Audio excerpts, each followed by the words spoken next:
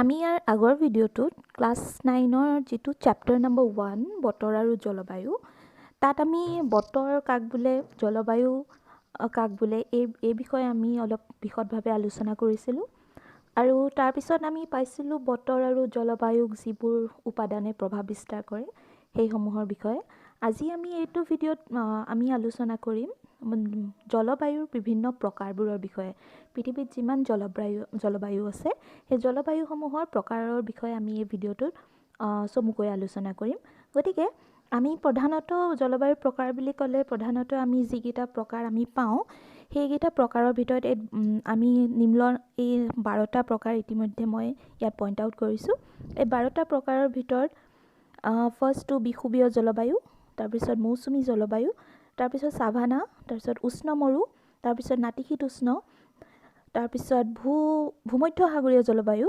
তাৰপিছত আহিলে নাতিশীতোষ্ণ তৃণভূমি অঞ্চলৰ জলবায়ু তাৰপিছত টাইগা জলবায়ু তাৰপিছত নাতিশীতোষ্ণ সাগৰীয় জলবায়ু তাৰপিছত টুন্দ্ৰা জলবায়ু তাৰপিছত নাতিশীতোষ্ণ আৰ্দ্ৰ জলবায়ু আৰু শেষত আহিলে পূব উপকূলীয় আৰ্দ্ৰ জলবায়ু আমি এই ভিডিঅ'টোত আমি ইয়াৰ ভিতৰত ইম্পৰ্টেণ্ট যিকেইটা আজিৰ ভিডিঅ'টোত আমি সেইকেইটাৰ বিষয়ে অলপকৈ আমি আলোচনা কৰিম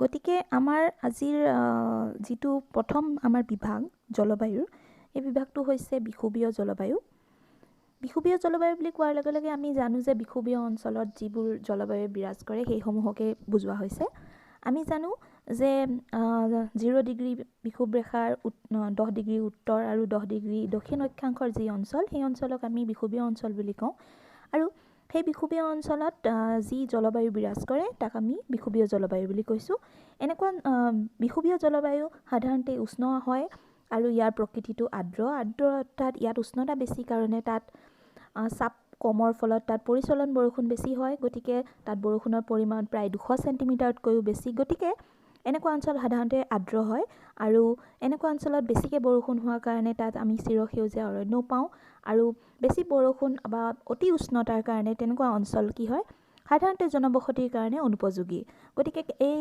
বিষুৱীয় জলবায়ু অঞ্চলত অন্তৰ্গত যিবোৰ দেশ সেইবোৰৰ ভিতৰত আমি সাধাৰণতে আমি যিকেইখন দেশৰ নাম ল'ব পাৰোঁ সেইকেইখনৰ হৈছে উত্তৰ অষ্ট্ৰেলিয়া ইণ্ডোনেছিয়া মালয়েছিয়া আমাজন অৱবাহিকা এইবোৰ হৈছে বিষুৱীয় জলবায়ুৰ অন্তৰ্গত যিবোৰ দেশ সেইসমূহ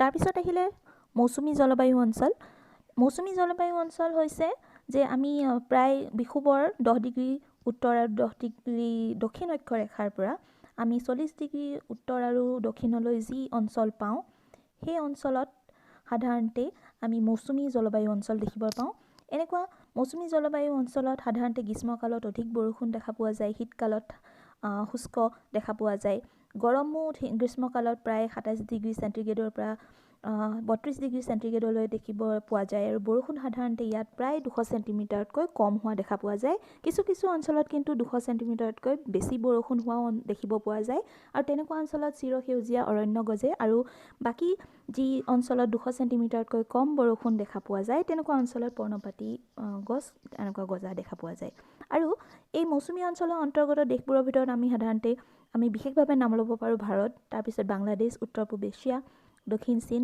দক্ষিণ জাপান উত্তৰ পূব আফ্ৰিকা মেক্সিকো আৰু ফ্লৰিডা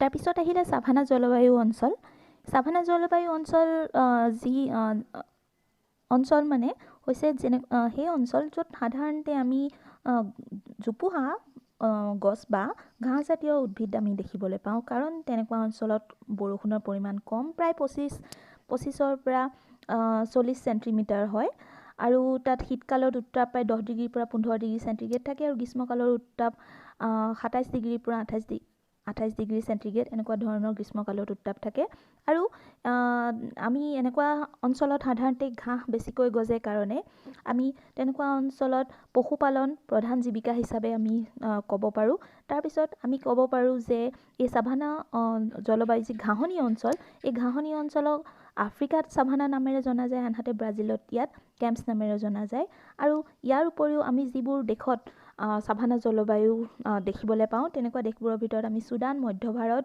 ব্ৰাজিলৰ দক্ষিণ অংশ, আফ্ৰিকাৰ উত্তৰ অংশ, আৰ্জেণ্টিনা আৰু ভেনেজুৱেলাৰ কথা আমি ক'ব পাৰোঁ। তাৰপিছত আহিলে 4 নম্বৰ যিটো বিভাগ হৈছে সেইটো হৈছে উষ্ণ মৰু জলবায়ু। আমি নামটোতে গম পাইছোঁ আমি যে মৰুভূমি অঞ্চলৰ কথা কৈছোঁ যি উষ্ণ গৰম বেছি। তেনেকুৱা উষ্ণ মৰুভূমি অঞ্চলত যিবোৰ জলবায়ু আমি পাওঁ তেনেকুৱা জলবায়ুবোৰকে সাধাৰণতে উষ্ণ মৰু জলবায়ুৰ নামেৰে জনা যায়। আৰু এনেকুৱা অঞ্চলত সাধাৰণতে আমি আগতে জানো যে বৃষ্টিপাত সাধাৰণতে কম হয়, প্ৰায় 10 চেণ্টিমিটাৰতকৈ ইয়াত কম হয়। আৰু তাত যিহেতু জলীয় বাষ্পৰ পৰিমাণ কম, তাত বৰষুণ কম হয়, তাৰোপৰি তাত উদ্ভিদৰ পৰিমাণ কম। আৰু এনেকুৱা অঞ্চলৰ এটা বিশেষ বৈশিষ্ট্য হৈছে যে এনেকুৱা অঞ্চলত সাধাৰণতে উষ্ণ ধূলি বতাহ বলে। গতিকে এই উষ্ণ ধূলি বতাহ হৈছে উষ্ণ মৰু জলবায়ুৰ অঞ্চলৰ এটা প্ৰধান বৈশিষ্ট্য। আৰু এনেকুৱা জলবায়ুৰ বিৰাজমান যিবোৰ অঞ্চল, সেই অঞ্চলবোৰৰ ভিতৰত আমি বিশেষভাৱে যিবোৰ উষ্ণ মৰুভূমি অঞ্চলসমূহ যেনে থৰ মৰুভূমি, চাহাৰা মৰুভূমি, কালাহাৰী মৰুভূমি বা আটাকামা মৰুভূমি, মেক্সিকোৰ পশ্চিম অংশ, এনেকুৱা অঞ্চলবোৰৰ আমি উদাহৰণ হিচাপে আমি ইয়াত দিব পাৰোঁ। ইয়াৰ পিছৰ যিটো জলবায়ুৰ প্ৰকাৰ সেইটো হৈছে নাতিশীতোষ্ণ মৰু জলবায়ু অঞ্চল। এই নাতিশীতোষ্ণ মৰু জলবায়ু অঞ্চল এতিয়া সাধাৰণতে কোনটো জেগাত দেখিব পোৱা যায়? ই পৃথিৱীৰ ওপৰ প্ৰায় 30 ডিগ্ৰী উত্তৰ আৰু 30 ডিগ্ৰী দক্ষিণ, আৰু অৰ্থাৎ 30-ৰ পৰা 40 ডিগ্ৰী উত্তৰ আৰু 30-ৰ পৰা 40 ডিগ্ৰী দক্ষিণ অক্ষৰেখাৰ মাজত যিবোৰ মহাদেশ আছে, সেই মহাদেশবোৰৰ মধ্যভাগত আমি সাধাৰণতে কি দেখিব পোৱা যাওঁ? এই নাতিশীতোষ্ণ মৰু জলবায়ু অঞ্চল আমি দেখিবলৈ পাওঁ। এনেকুৱা নাতিশীতোষ্ণ মৰু জলবায়ু অঞ্চলত বাৰ্ষিক গড় বৰষুণ বহুত কম, ই প্ৰায় 10 চেণ্টিমিটাৰতকৈ কম। চেণ্টিমিটাৰ আচলতে এইটো ডিগ্ৰীটো ভুলত দিয়া হৈছে। তাৰপিছত ইয়াত গ্ৰীষ্মকালত গড় উত্তাপো 30 ডিগ্ৰীৰ পৰা প্ৰায় 42 ডিগ্ৰী চেণ্টিগ্ৰেড। শীতকালত উত্তাপ অতি কম, ই 0 ডিগ্ৰী চেণ্টিগ্ৰেডতকৈও কম হোৱা দেখা পোৱা যায় কেতিয়াবা। আৰু তাত কেতিয়াবা শীতকালত বৰফ পৰাও দেখা পোৱা যায়। গতিকে এই যি নাতিশীতোষ্ণ মৰু জলবায়ু অঞ্চল আছে, এই নাতিশীতোষ্ণ মৰু জলবায়ু অঞ্চলত সাধাৰণতে আমি কোনবোৰ মৰুভূমি পৰে, যিবোৰ মৰুভূমি সাধাৰণতে আমি কোল্ড ডেজাৰ্ট বুলি কওঁ, যিবোৰ ঠাণ্ডা মৰুভূমি বুলি কওঁ। এই কোল্ড ডেজাৰ্টবোৰৰ ভিতৰত আমি গবি মৰুভূমিৰ নাম ল'ব পাৰোঁ। তাৰপিছত তাৰিম, টাৰফান, তুৰ্কমেন, তাৰপিছত ইৰাণৰ কিছু অংশ, তাৰপিছত দক্ষিণ আমেৰিকাৰ পাটেগনিয়া, এই সকলোবোৰ অঞ্চল নাতিশীতোষ্ণ মৰু জলবায়ুৰ অন্তৰ্গত। ইয়াৰ পিছৰ ভাগটো হৈছে ভূমধ্যসাগৰীয় জলবায়ু। এতিয়া ভূমধ্যসাগৰীয় জলবায়ু বুলি কোৱাৰ লগে লগে আমি জানিব লাগিব যে ভূমধ্যসাগৰৰ কাষৰীয়া অঞ্চলত যি জলবায়ু বিৰাজ কৰে, সেই জলবায়ুকে সাধাৰণতে কি নাম দিছোঁ? আমি ভূমধ্যসাগৰীয় জলবায়ু দিছোঁ। এতিয়া ভূমধ্যসাগৰে আমি জানো যে ই ইউৰোপৰ দক্ষিণ অংশ আৰু আফ্ৰিকাৰ উত্তৰ অংশৰ মাজত অৱস্থিত। গতিকে এই অঞ্চলটো সেই ভূমধ্যসাগৰৰ আশে পাশে থকা অঞ্চলটোতেই সাধাৰণতে আমি ভূমধ্যসাগৰীয় জলবায়ু দেখিবলৈ পাওঁ। আৰু ভূমধ্যসাগৰীয় জলবায়ুৰ অৱস্থানটো লিখিছোঁ। ই প্ৰায় উত্তৰত 30 ডিগ্ৰী আৰু 45 ডিগ্ৰী উত্তৰ অক্ষৰেখা আৰু 30-ৰ পৰা 45 ডিগ্ৰী দক্ষিণ অক্ষৰেখাৰ এই মাজৰ অংশবোৰত কেনেকুৱা জলবায়ু দেখা পোৱা যায়? ভূমধ্যসাগৰীয় জলবায়ু দেখা পোৱা যায়। আৰু এই ভূমধ্যসাগৰীয় জলবায়ুত সাধাৰণতে উত্তাপ কম দেখা পোৱা যায়। আৰু ইয়াত গ্ৰীষ্মকালৰ উত্তাপ প্ৰায় ইয়াত 21-ৰ পৰা 27 ডিগ্ৰী চেণ্টিগ্ৰেড দেখা পোৱা যায়। আকৌ শীতকালত প্ৰায় 10 ডিগ্ৰীৰ পৰা 13 degree centigrade.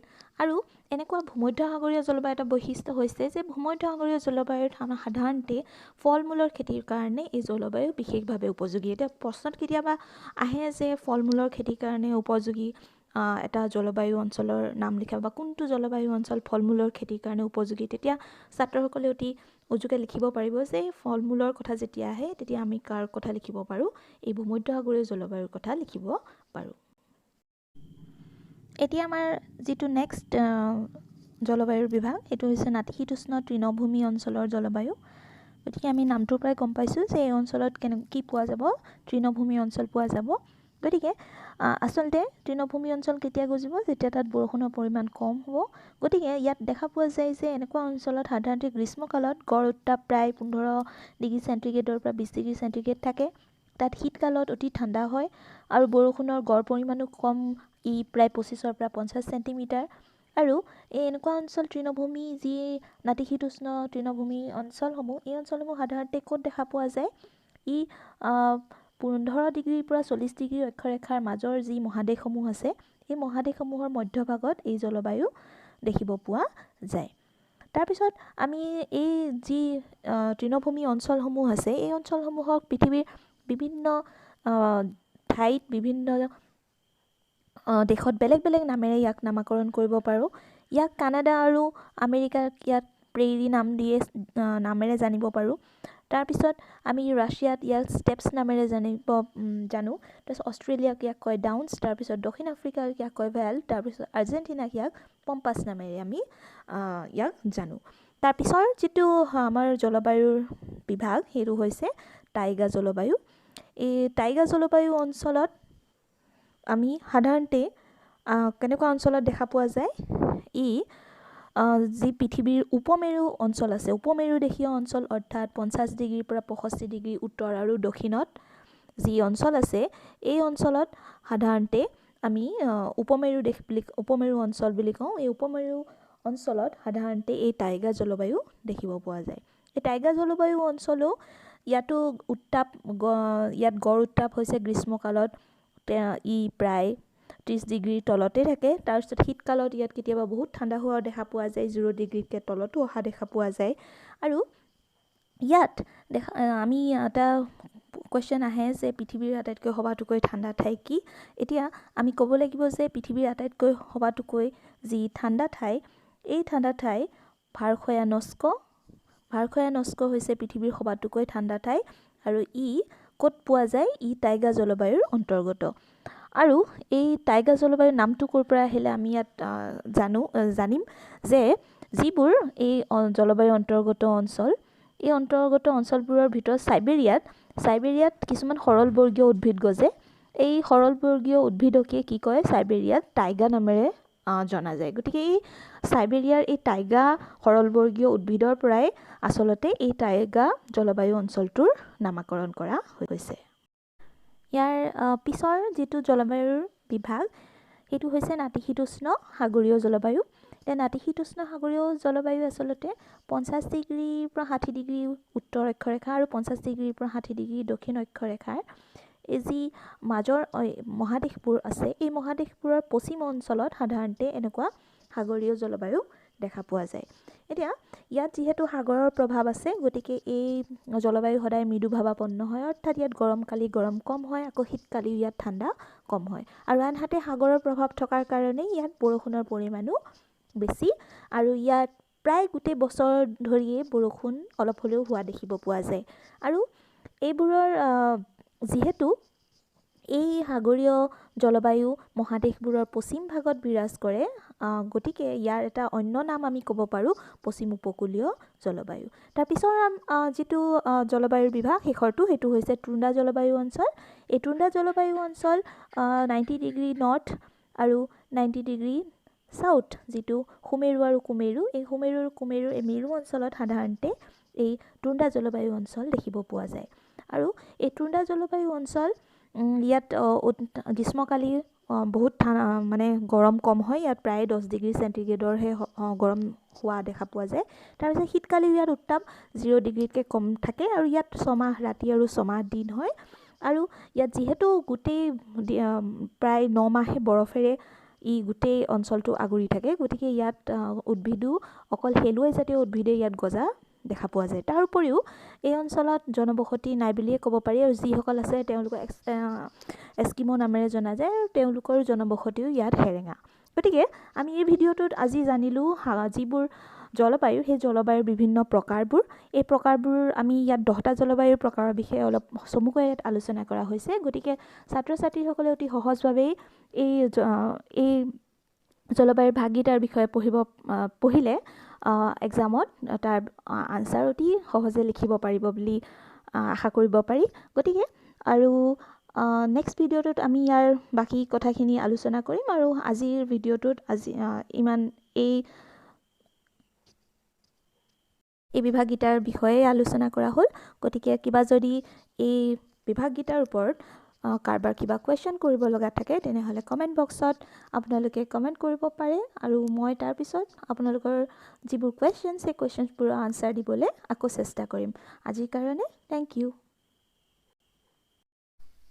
Please subscribe my channel and press the bell icon for latest updates. Thank you.